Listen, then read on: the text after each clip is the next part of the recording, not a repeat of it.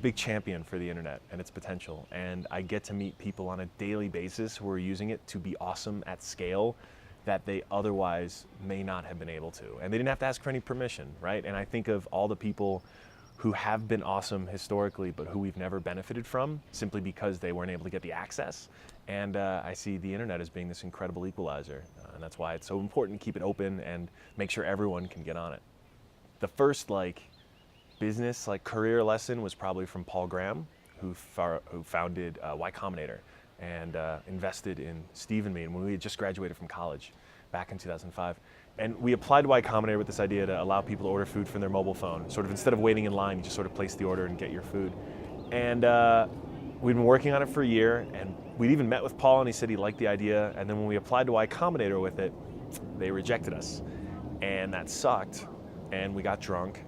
And then on the long train from Boston to Charlottesville, Paul called me back, and he said, listen, we like you guys, we just don't like the idea. So if you're willing to change this idea, we'll let you into Y Combinator. And it took us 5 minutes, and we were like, yep, we'll drop it, we're in. And we went back to Boston and started talking to him, and what came out of that was we started Reddit. And to be confronted with such an epic fail, especially after, I'd had my heart set on this for a year. I'd convinced Steve to quit his job to do this thing with me. This was our company. And we were told it sucked, basically.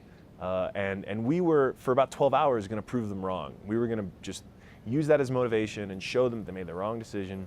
But as soon as they called and said, do you want to be in Y Combinator, we jumped at it. And even back then, we didn't know what we were getting ourselves into. YC was not what it is today. We just figured it was the right thing to do, and luckily it worked out.